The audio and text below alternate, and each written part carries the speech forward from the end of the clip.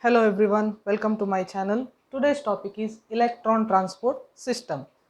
Before learning electron transport system, we must know why does electron transport system occurs and what is the final result of electron transport system that we must know.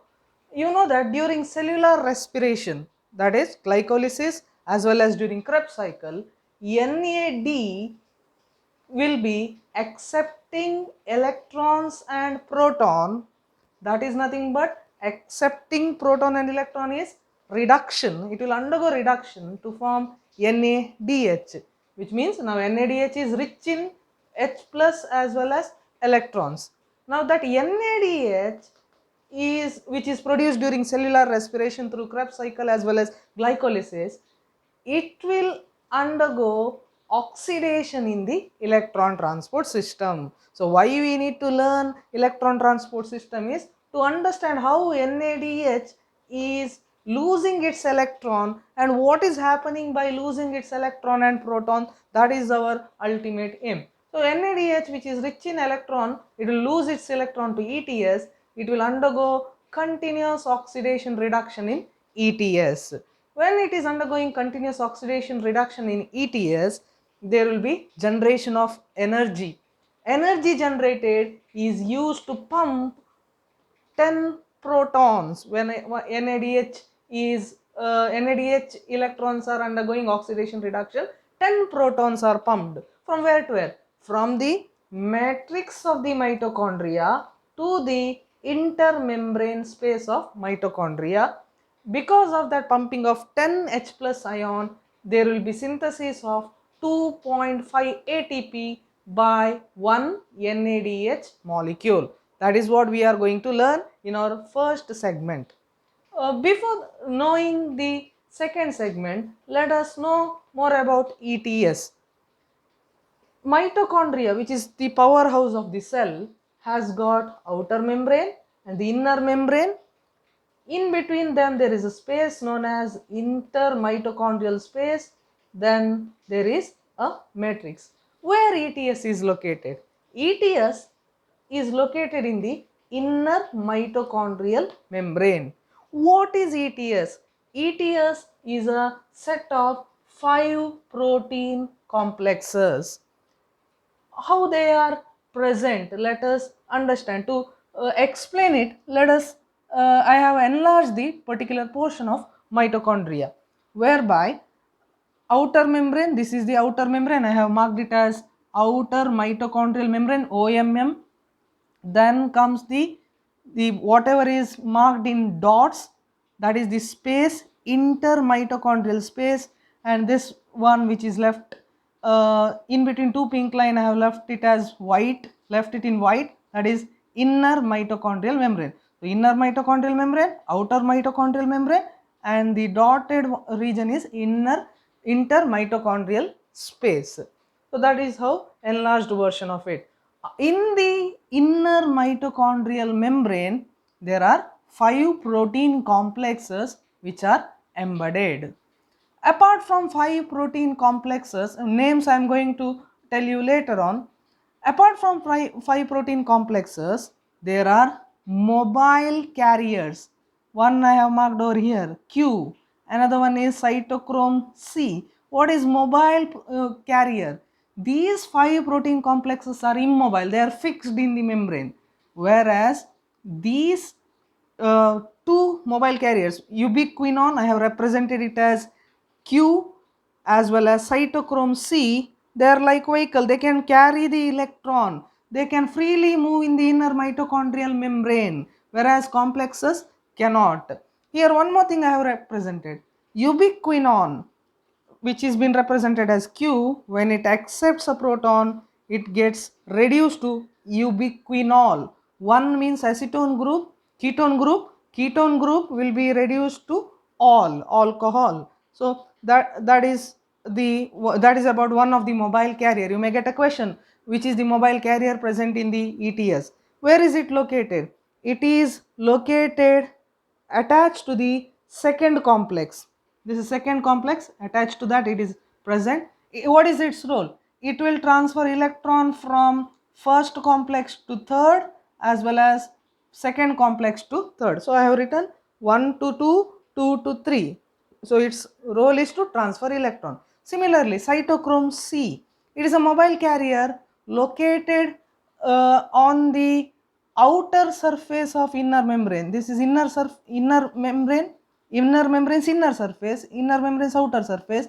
Upon that it is located. It is also mobile element. It can transfer electron from complex 3 to complex 4. So those are the mobile carriers. Now let us understand how NADH will be losing its electron. As a result, there will be pumping of 10 protons. Finally, how 2.5 ATP is synthesized, that's what we are going to learn now. First thing is, NADH, where is it produced? During cellular respiration. So I have represented it as Krebs cycle. During Krebs cycle, NAD accepts 2 electron and a proton, becomes NADH. Now this NADH enters into ETS through the first complex. What is the first complex? First complex is connected with NADH. It is involved in removing electrons of NADH, hence it is known as NADH dehydrogenase complex. Complex 1 is NADH dehydrogenase. So NADH which is formed, it will lose its 2 electron and again it will become NAD. It will again it is involved in Krebs cycle. Okay, now we'll focus on NADH. NADH has lost its electron and proton. The lost electron, proton will be there in the matrix. Lost electron is accepted by FMN of complex 1 NADH dehydrogenase, flavin mononucleotide. FMN again transfers electron to ferrous sulfate proteins which are located in the complex, where the ferrous gets reduced to ferrous to ferric.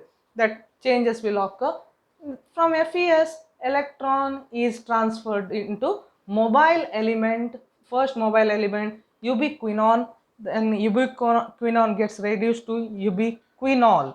When this transfer occurs in the first complex up till ubiquinone, there will be pumping, the energy is produced. As I mentioned, when electron passes to ETS, there will be a release of energy. That energy is utilized to pump 4 H plus ion from the matrix of mitochondria to intermitochondrial space. That is the first thing which we need to remember. Second thing is, now what happens to electron? Electron is in the mobile element ubiquinol form. Now from there 2 electrons enters into third complex. You have to remember that second complex is not involved when there is oxidation of NADH.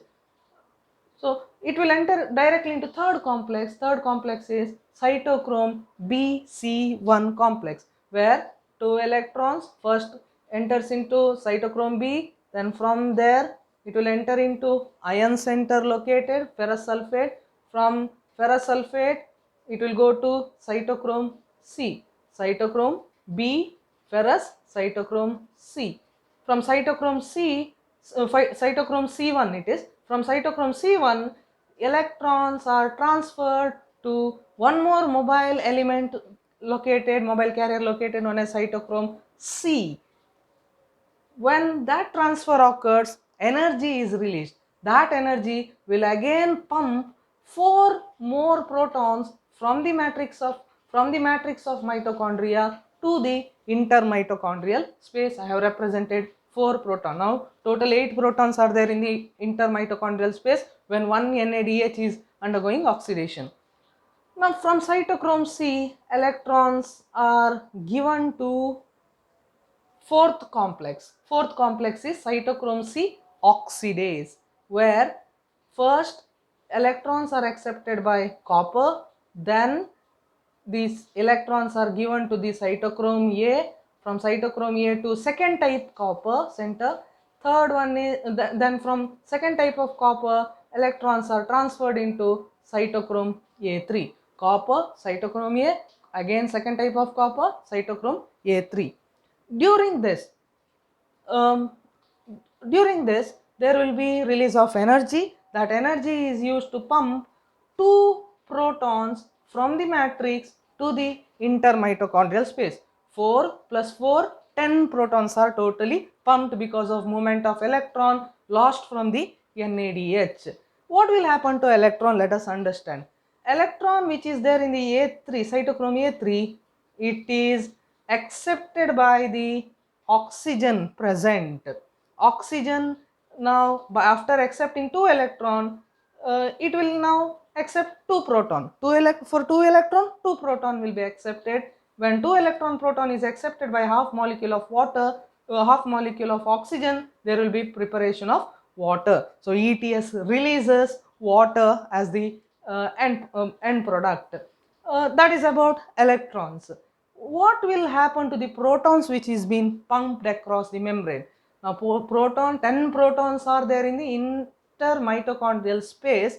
Their concentration of H plus ion in the intermitochondrial space is more compared to matrix where it is negative. As a result, there is development of electrochemical gradient. To neutralize that electrochemical gradient, H plus ion should come back from intermitochondrial space to the matrix. But as it is impermeable through the inner mitochondrial membrane, because inner mitochondrial, one more important thing you have to remember is inner mitochondrial membrane is impermeable to protons. So what happens? How the proton comes back? Proton comes back through a slightly unique complex, which is a fifth complex known as ATP synthase. This is ATP synthase complex. Why is it unique? Look at the structure. ATP synthase has got a basal stalk and a globular head. The stalk is called F0 particle and the head is called F1. So it is also called F0 F1 particle. You may get a question, where is F1 present, whether it is towards the intermitochondrial space or towards the matrix. F1 head is always towards the matrix inside, whereas F0 is embedded in the intermitochondrial in the inner mitochondrial membrane. That is about ATP synthase. Now through ATP synthase complex, out of 10 protons which are present, 4 of them, when they cross the ATP synthase, there will be coupling of ADP and inorganic phosphate. What I want to say is, protons, they try to cross the membrane, but since they are impermeable, they won't be able to. But there is a channel known as ATP synthase, through that they pass. About when around 4 protons passes through the ATP synthase, the energy released will combine ADP and inorganic phosphate to prepare ATP. It is like when water is moving towards the turbine, it will turn the turbine and electricity is produced. Same thing. You can consider H plus 2 water. Water is moving in towards the turbine. Turbine turns, that will result in preparation of ATP. So what has happened now? Because of entry of 4 proton, 1 ATP is produced. You know that when there is NADH is losing its electron, total 10 H plus ions accumulate in the intermitochondrial space. 1 ATP synthesis requires 4 proton. Therefore 10 means you will be from 4 proton you will be getting 1 ATP. From 10 proton you will be getting 2.5 ATP. To round up that, NCERT takes it as 3. So 1 NADH gets it produces 3 ATP. This is how the process occurs. One more thing about ETS we have to remember is, you may get a question how the complexes are placed. Complexes are placed in the inner mitochondrial membrane from their low redox potential to higher redox potential. First complex, it has got redox potential of minus 320 millivolt, and the last acceptor, final acceptor is oxygen. Its redox potential is plus 800 millivolt. Minus to plus, they are placed from more negative redox potential to more higher redox potential. What is higher redox potential? Higher the redox potential means it has the ability to accept electron and it can readily undergo reduction, that is the meaning. So finally here there is reduction of oxygen to form water. So that is one more thing. Now we'll be understanding second part of it. I did not represent how FADH2 releases ATP in this same diagram. To simplify it, I have splitted the diagram. Now we are going to understand one more thing which is generated in the cellular respiration, that is when there is in the Krebs cycle especially, there is conversion of succinate to fumarate. When succinate to fumarate conversion takes place, FAD captures 2 electron and 2 protons, forms FADH2. Now that FADH2 which is formed in the Krebs cycle, it is rich in proton and electron. Now it will lose its electron to electron transport system, ETS, where the electron will undergo oxidation reduction, the energy is generated. Energy generated will pump the 6 proton from the matrix to the intermitochondrial space, that will result in the production of 1.5 ATP. From 1 FADH2 there is production of 1.5 ATP. Let us understand how does it occur. So I have represented Krebs cycle. Conversion of succinate to fumarate releases FADH2. FADH2 now it will release its electron to the second complex. You have to remember, when there is FADH2, when FADH2 is losing electron, first complex is not involved. First complex is concerned with NADH only, NADH dehydrogenase. When NADH is getting reduced, second complex is not involved. So here FADH2 is accepted by, its electrons are accepted by directly second complex. Second complex, look at how it is located. It is located towards the inner side, not on the outer side like that of, not completely embedded on the outer side like that of other complexes. It is located towards the matrix. So FADH2 loses its electron to the second complex known as succinate dehydrogenase. First complex is not involved, so I have represented it with the cross mark. FADH2 will be losing its electron to the FES, ferrous sulfate complex of succinate dehydrogenase. Now why the name succinate dehydrogenase? Succinate, here there is involvement of succinate to fumarate. So the second complex is also succinate dehydrogenase, since FADH2 is losing electron. It loses its 2 electron to FES. Again the 2 electrons are transferred into mobile element. First mobile element is ubiquinol. Ubiquinol gets reduced to ubiquinol. Then it will transfer its electron to the third complex, where same as first one, cytochrome B is present. Cytochrome B2, ferrous center, from FES to cytochrome C1, electrons are transferred. From cytochrome C1 to, again, second mobile element, cytochrome C, receives that 2 electron, during which energy is released. That energy will pump 4 proton from the matrix to the intermitochondrial space. Again that mobile element will transfer 2 electron from third complex to the fourth complex. Fourth complex is having copper center. Okay, what is third complex called? Third complex is called cytochrome BC1 complex. You can easily remember, B is there, C1 is there, BC1 complex. Fourth complex is called cytochrome oxidase. Cytochromes are located here, so it is oxidase.